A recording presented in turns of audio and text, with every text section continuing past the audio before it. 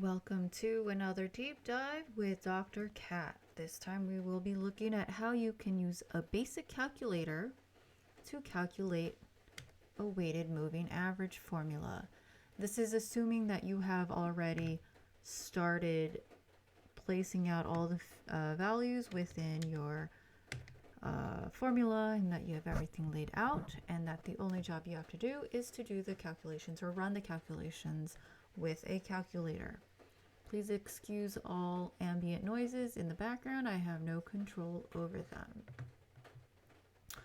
So here what we have on the screen is the last formula that I've been working on for a weighted moving average, and I also have my calculator on screen. So let's clear everything, and this calculator has a couple extra functions. So we've got the clear all, clears everything including memory, grand total, and so forth. This is fancy enough to have a grand total calculator. So what I want to show you is using this calculator, and then I also want to show you using a couple other calculators. So we can totally do this formula that is shown on screen, and we're going to be using these memory keys, well, more or less the memory button M+ to add numbers into memory. So in order to start this formula, we're going to start with the numerator. So we're going to say 3 times 585 equals, that'll give us 1755. We'll add that to memory, and then we'll start calculating the next set of numbers, which is 2 times 563, and that equals 1126. We're going to add that into memory again because we want to accumulate the numerator. Now we have 1 times 518, which is going to be equal to itself because anything times 1 is going to be equal to itself. And we add that into memory again. Now you're like, well, you keep adding it, but I only see the last number.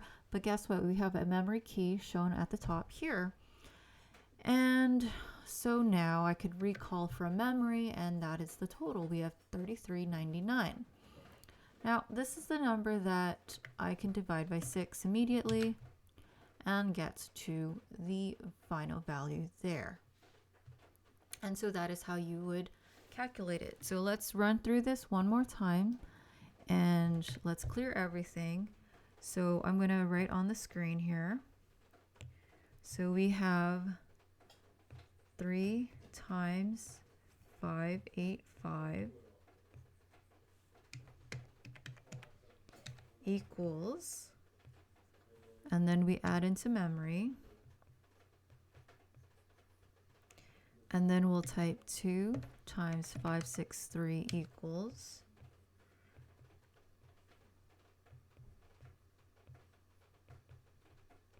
and this number we also add into memory.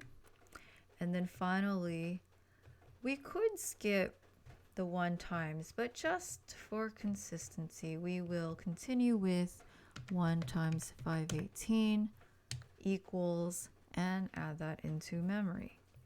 Now we want to recall everything from memory, so we're going to say recall memory. Sometimes you'll see it as MR, sometimes you'll see it as RM. Either way, it's recall memory or memory recall, etc. Right? So now this is going to show you the number that is there, which will be 3399. Now you can use that number directly to calculate. All right, so divide by 6 equal, okay, and then you're going to get the final number 566.5. Next on the screen here we have a much smaller calculator, and it's so small in fact that I need to find something to prop it up. I'll just use my hands. All right, so we can do the same thing. So here to turn it on, the power button's right there. And what I'm going to do is type in also similarly the sequence of numbers. 3 times 585 equals, I'm we're going to add that to memory. And I forgot to check to see if memory was clear before we started. So we're going to just give it a go. And if it doesn't work out great, then we'll try again. Okay, so that is the first number. We'll have 2 times 563. Add that to memory. And then we'll have 1 times 518. And add that into memory as well. Now we can recall memory. And we're going to get the same number, 3399. This is where we can divide by 6 and equal 5665. So again, it's very similar. All we do is use the memory plus key to add it, accumulate it into memory. And then once we have the numerator done, we can divide by 6.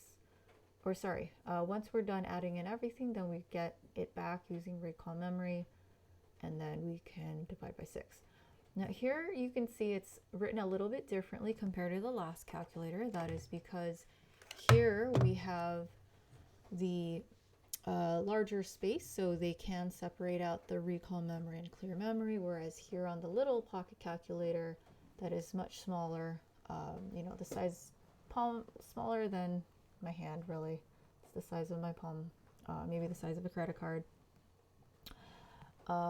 So this one doesn't have quite as much space, so it does combine it together. You can go ahead and clear the memory with this, and the way you would do that is to have whatever's on the screen. You know that this is the amount on the in memory. So if you say m minus, right, that would clear the memory. So remember how we had something in memory? So now if we minus that, it would subtract it again. So we had 5 in memory, minus 4, we still have something in memory, we have 1. So if you subtract that, it'll clear it. So it's just one extra thing to push, but it still works very similarly. Let's say you have something in between which has the 4 functions, but you know, maybe doesn't separate out the clear memory. So the last two that I showed were both Sharp brand calculators, and now we have a Casio. So here we can clear the memory. So I had that from the last problem I was working on. So now let's try the same, and it's going to be the same sequence, even though this is different brand. It's also a Japanese calculator. It still works very similarly. So we're going to have 3 times 585 equals, we're going to add that to memory, 2 times 563 equals, add that into memory, and then we're also going to have the final number, 1 times 518 equals, add that into memory. We should get the same value, 3399, and that's when we could divide by 6. And we're also going to get the same number. You can see that it'll function just as similarly, and if we wanted to, we could clear the memory like that, and we could use that number to get that number back, but we don't actually want that. Anyway, so that showed, you know, just one more time, is going to be the value that you want. See, now I didn't say 1 times 518, I just went directly, then I said add that to memory. So that's how I was able to get it back, divided by 6. Whoops. I do like how this is big enough to have a back arrow key, and so 566.5. I can still get that number from memory, and if I had made a mistake, if I just want to divide by n, okay, this is not the right number, so maybe I just want to try calculating that again, and I would get the right number. I have one more pocket calculator, same brand as the last, Casio. But this one's slightly larger than the first pocket calculator that I showed. The size difference is almost negligible in the sense that, you know, it's like a smaller than an index card. You'll still fit in your pocket, but you have a really small pocket calculator versus something slightly bigger. Okay, so now you can see it's big enough that you have separated keys, and you also have, or separated memory, clear, and recall memory, and then you also have the square root, which is a really nice combination. So here we have to press this number, or AC, to turn it on. Same thing, 3 times 585 equals, add it to memory, 2 times 563 equals, add it to memory, and 1 times 518 equals, adding it to memory. And so when I recall memory, whoops, I got something wrong. Let's clear memory, and that would clear it. Okay, so if I had added that, all right, so let's clear the memory, try again.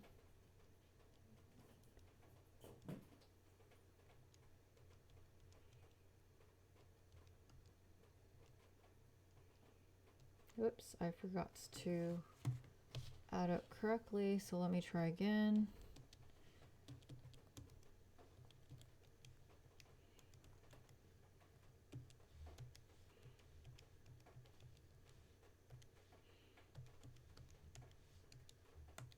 Okay, that's looking more right. Well, so that's how you would be able to access it. Now, because you do have the separate keys, you can just go ahead and clear memory.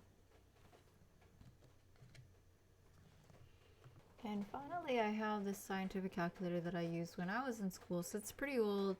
Battery's kind of on its last legs. Hopefully it'll last through this equation. Here, the nice thing is I can start off a parentheses to get the numerator.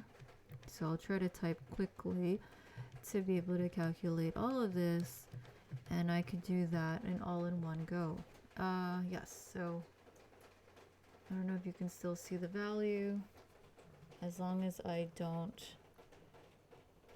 lose the light, it should be able to work. So 3 times 585 plus 2 times 563 times, whoops, I need a backspace, 15 divided by 3. So the nice thing about this is you can get the entire value written out, one expression on the screen side by side with where you're viewing it. So, you know, that's a nice perk about scientific calculators. Not always necessary though. Just, you know, think about if you want to put something in your pocket. I would say it's pretty cool to have something smaller and still be able to do some of the similar functions. Yeah, so anyway, that was it. I had a few different calculators to show you how to calculate this stuff. And once again, it was to calculate the weighted moving average once you already have the numbers to put together, and just showing you how to enter it into a calculator using the memory keys. All right, thanks for watching. Hope you enjoyed this.